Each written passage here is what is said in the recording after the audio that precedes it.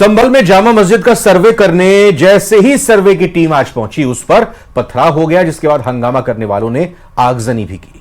भारी पुलिस बल मौके पर तैनात किया गया। हालात शांतिपूर्ण हुए तो दोपहर में एक बार फिर हंगामे की खबर आई। पथराव में 3 लोगों की मौत की खबर है, वहीं कई लोगों के घायल होने की भी खबर है। बवाल के बाद इलाके में पुलिस प्रशासन की टीम हाई अलर्ट पर है। आसपास के जिलों से और भी फोर्स बुलाई गई है। डीआईजी और कमिश्नर ने मोर्चा संभाल लिया है। क्या स्थिति है इस वक्त की, आपको रिपोर्ट दिखाते हैं।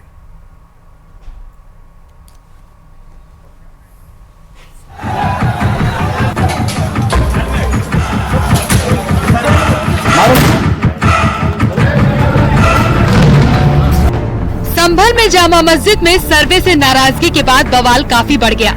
सर्वे से गुस्साए लोगों ने पुलिस पर पथराव के बाद आगजनी भी की, जिसके जवाब में पुलिस ने मोर्चा संभालते हुए आंसू गैस के गोले दागे और लोगों से वापस लौटने की अपील की। पथराव के बाद पुलिस की तैनाती बढ़ा दी गई है।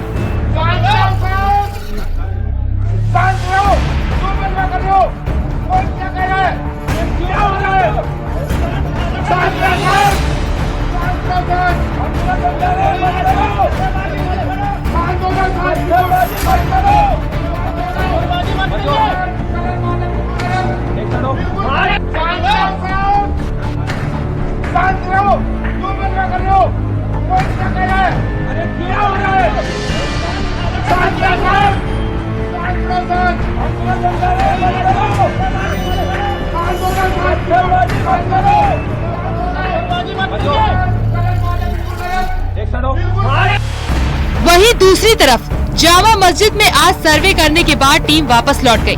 हालांकि यूपी पुलिस का दावा है कि हालात पर काबू पा लिया गया है। हिंदू पक्ष का आरोप है कि जामा मस्जिद को बाबर के समय में हरिहर मंदिर को तोड़कर बनाया गया था। इसी को लेकर कोर्ट ने जामा मस्जिद में सर्वे के आदेश दिए हैं। वहीं सर्वे की टीम को शाही जामा मस्जिद से पुलिस प्रशासन ने सुरक्षित रास्ते से बाहर निकाला। क्या शांति है और जिन लोगों की ड्रोन के माध्यम से और कैमरे से वीडियोग्राफी करवाई गई थी, उन सब लोगों का अभी चिन्हांकन किया जाएगा, उन सभी लोगों को गिरफ्तार किया जाएगा और एक NSA की कार्रवाई भी की जाएगी। इन लोगों ने पुलिस के ऊपर भारी पथराव किया है, उसका जवाब पुलिस ने दिया है, लेकिन फिर भी समय रहते शांति व्यवस्था काबू कर ली गई। संभल में मस्जिद के सर्वे पर सियासत भी तेज हो गई है। डिप्टी सीएम केशव प्रसाद मौर्य ने कहा कि कानून का पालन किया जा रहा है। वहीं मुस्लिम धर्मगुरु मौलाना सलमान ने कहा कि पथराव की घटना की जांच होनी चाहिए। न्यायालय के आदेश का पालन कराना ये सरकार की जिम्मेदारी है, पुलिस प्रशासन की जिम्मेदारी, उसे कराया जाएगा। जो माननीय न्यायालय के आदेश के अनुपालन में बाधा डालेंगे, उनके खिलाफ कानून अपना काम करेगा। जो पथराव है वो गलत हुआ है। जामा मस्जिद में जो चल रहा है, इस समय जांच चल रही है, उस पर जो है जांच होने दीजिए, उसके बाद जो होगा वो देखा जाएगा। और बाकी लोगों से अनुरोध है कि वो जो है शांतिपूर्वक बनाए रखें और जो है प्रशासन के साथ जो है कोई गलत काम ना करें। जो प्रशासन अपना काम कर रहा है उसको काम करें। संभल में मस्जिद के सर्वे के विरोध में हुए बवाल के बाद ऑल इंडिया मुस्लिम जमात का बयान सामने आया है। मौलाना बरेलवी ने जहां लोगों से शांति की अपील की है, वहीं बीजेपी ने कोर्ट के आदेश के खिलाफ पथराव और आगजनी को गलत बताया है। वहां पर पथराव और तोड़फोड़ हुई है और भारी तादाद में लोग इकट्ठा हुए हैं, विरोध किया है, तो मैं संभल के तमाम मुसलमानों से अपील करना चाहता हूं कि ऐसा हरगिज न करें और कहीं तोड़फोड़ या पथराव करना या भारी भीड़ के साथ में इस तरह का विरोध प्रदर्शन करना मुनासिब नहीं है। और सब्र, तहम्मुल और बर्दाश्त से काम लें और बाहर सूरत अमन शांति को बनाए रखें।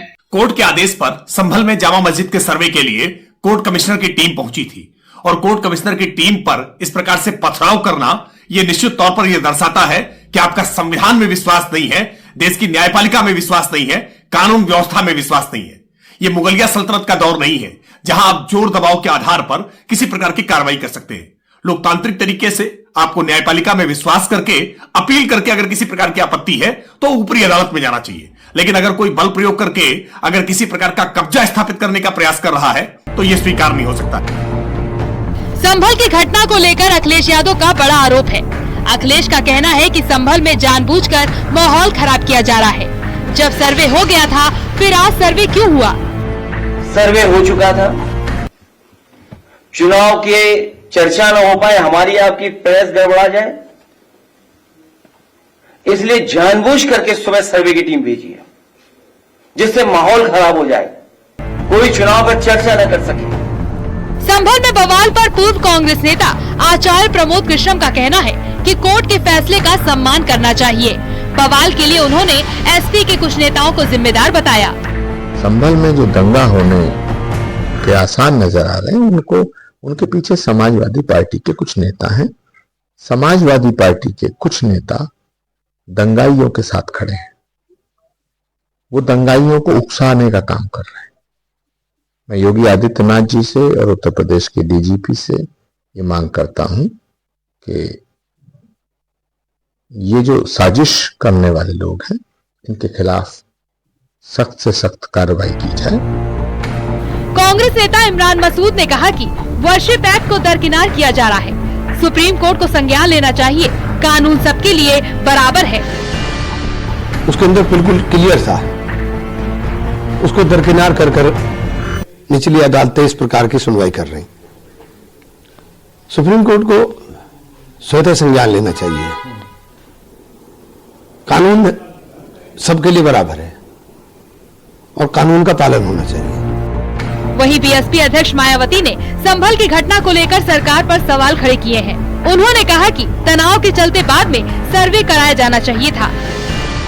ऐसे में शासन व प्रशासन को संभल में मस्जिद व मंदिर विवाद को लेकर सर्वे कराने का कार्य आगे बढ़ाना चाहिए था, जो तो ये ज्यादा बेहतर होता।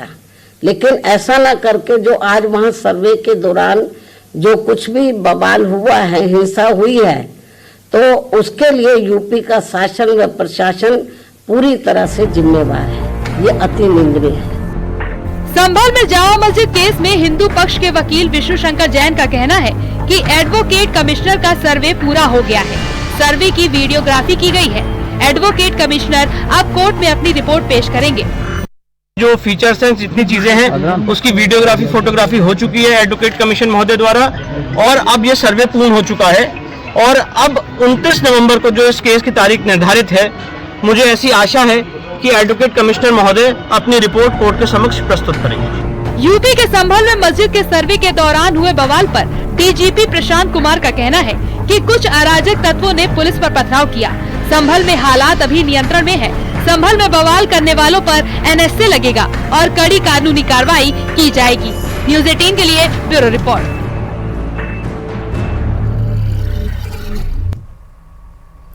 इस बीच एक बड़ी खबर आपको देंगे। झुंझुनू का एक और लाल शहीद हुआ है। काजटा का लाल हवल देंगे। झुंझुनू का एक और लाल शहीद हुआ है। काजटा का लाल हवलदार विनोद सिंह के शहीद होने की जानकारी इस वक्त सामने आ रही है।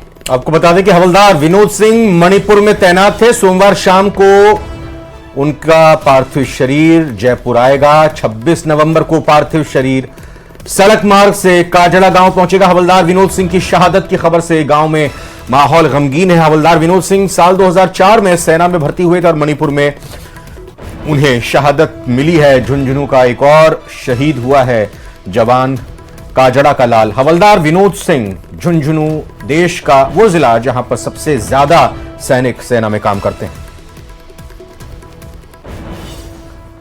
महाराष्ट्र में महायुति की प्रचंड जीत के बाद अब सवाल है कि अगला सीएम कौन होगा। क्या एकनाथ शिंदे को फिर मौका मिलेगा या देवेंद्र फडणवीस को कमान मिलेगी? अटकलों का दौर जारी है। महायुति के नेता कह रहे हैं कि सीएम पद को लेकर कोई विवाद नहीं, मिल बैठकर नाम तय कर लिया जाएगा। एक तरफ महाराष्ट्र में सरकार गठबंधन की तैयारी है, लेकिन विपक्ष के पास नेता प्रतिपक्ष की कुर्सी लायक विधायक तक नहीं।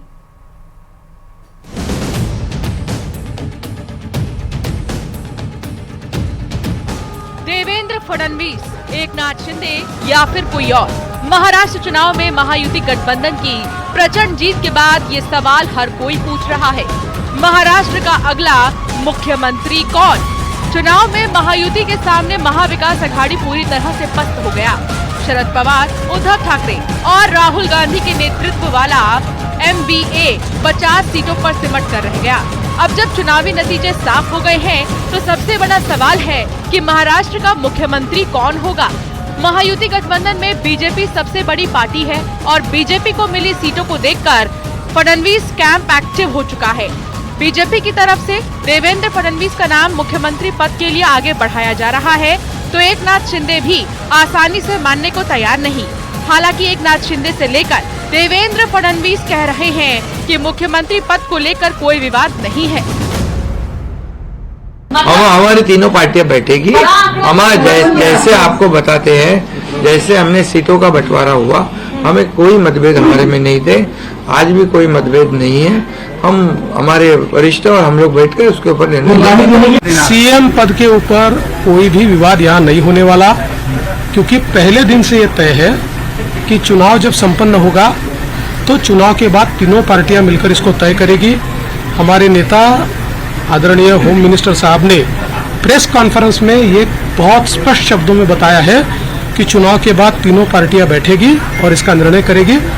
अभी मैं ऐसा मानता हूं कि हमारे एकनाथ शिंदे जी उनके पार्टी के अध्यक्ष है, अजित पवार जी उनके पार्टी के अध्यक्ष है, और साथ में हमारे पार्टी के जो राष्ट्रीय अध्यक्ष है उनको हमारा पार्लियामेंट्री बोर्ड ऑथराइज करता है। तो ये लोग बैठकर एक उचित निर्णय करेंगे, हमारे वरिष्ठ नेताओं से बातचीत करेंगे, हमारे पार्लियामेंट्री बोर्ड से बातचीत करेंगे, जो निर्णय होगा वो सबको मान्य होगा, इसमें कोई विवाद नहीं। महाराष्ट्र में विधानसभा का कार्यकाल 26 नवंबर को खत्म हो रहा है, यानी इससे पहले सरकार गठित होनी है। ऐसा ना होने पर राज्य में राष्ट्रपति शासन लगाना पड़ेगा।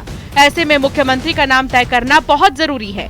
बताया जा रहा है कि देवेंद्र फडणवीस, एकनाथ शिंदे और अजित पवार की दिल्ली में बीजेपी आलाकमान के साथ मीटिंग होगी, जिसके बाद मुख्यमंत्री के नाम का ऐलान हो सकता है। चुनाव के नतीजों के बाद नई सरकार के गठन की तैयारी तेज हो गई है। मुख्यमंत्री के नाम का अभी ऐलान नहीं हुआ है, लेकिन सूत्रों के मुताबिक देवेंद्र फडणवीस मुख्यमंत्री पद की शपथ ले सकते हैं। उनके साथ 2 डेप्यूटी सीएम भी शपथ ले सकते हैं। सूत्रों के मुताबिक महायुति की नई सरकार का शपथ ग्रहण कल हो सकता है। शपथ ग्रहण समारोह मुंबई के वानखेड़े स्टेडियम में हो सकता है। तो एक तरफ मुख्यमंत्री की तलाश है, लेकिन महाराष्ट्र विधानसभा में नेता प्रतिपक्ष के लिए संकट गहरा रहा है।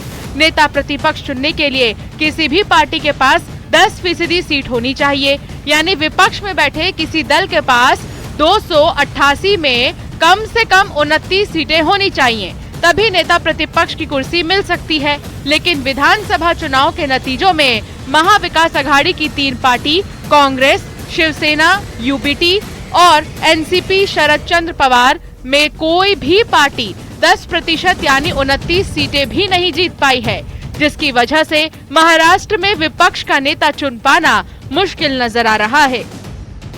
Bureau report, news 18। झारखंड विधानसभा चुनाव में प्रचंड जीत के साथ हेमंत सोरेन एक बार फिर झारखंड की सियासत के सबसे बड़े सिकंदर बन गए हैं। झारखंड में लगातार दूसरी बार सीएम बनने वाले हेमंत सोरेन पहले नेता होंगे। 28 नवंबर को सुबह 11:30 बजे हेमंत सोरेन रांची के मोरहाबादी मैदान में आयोजित शपथ ग्रहण समारोह में सीएम पद की शपथ लेंगे।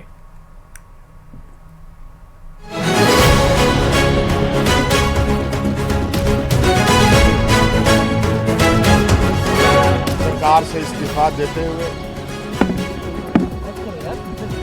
आगामी सरकार की गठन की रिक्वेस्ट और निवेदन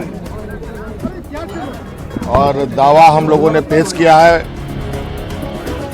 झारखंड में नई सरकार बनाने की कवायद शुरू हो गई है। राज्यपाल संतोष गंगवार से राजभवन में जाकर हेमंत सोरेन ने मुलाकात की। मुख्यमंत्री पद का त्याग पत्र सौंपने के साथ नवनिर्वाचित विधायकों का समर्थन पत्र सौंपा, सरकार बनाने का दावा पेश किया, जिसके बाद राज्यपाल ने नई सरकार गठन की प्रक्रिया पूरी होने तक उन्हें अपने पद पर बने रहने के लिए कहा। साथ ही नई सरकार बनाने का न्योता भी दिया। उन्होंने हमें कार्यवाही मुख्यमंत्री का भी जिम्मा सौंपा है और सरकार बनाने का न्योता भी उन्होंने हमें दिया है। नई सरकार का दावा पेश करने के पहले हेमंत सोरेन के आवास पर गठबंधन में शामिल दलों के नवनिर्वाचित विधायकों की बैठक हुई। बैठक के बाद हेमंत सोरेन को INDIA विधायक दल का फिर से औपचारिक रूप से नेता चुन लिया गया। विधायक दल का नेता चुना गया राज्य के ऊर्जावान मुख्यमंत्री श्री हेमंत सोरेन जी।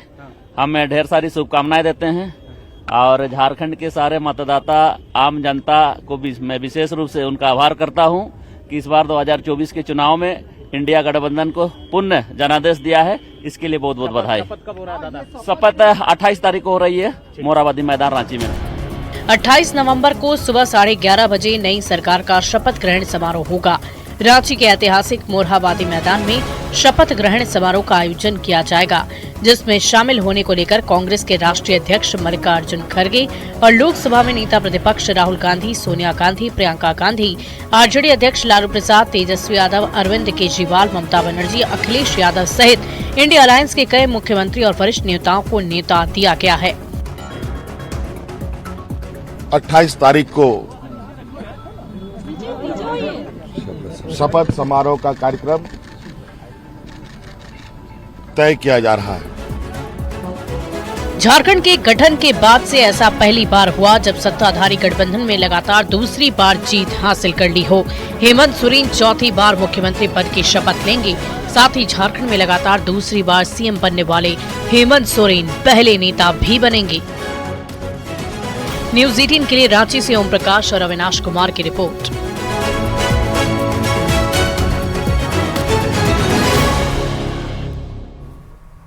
और वहीं उत्तर प्रदेश में विधानसभा की 9 सीटों पर उपचुनाव के रिजल्ट ने सियासी माहौल गर्म कर दिया है। समाजवादी पार्टी लगातार बीजेपी पर सरकारी मशीनरी के दुरुपयोग का आरोप लगा रही है। अब सवाल ये है कि बटोगे कटोगे हिट पीटीए इस बार चित और हार के बाद क्यों गुस्से में अखिलेश यादव और उपचुनाव का जनादेश? क्या 27 का संदेश? क्या मुस्लिम वोटर्स भी बीजेपी के साथ आए हैं?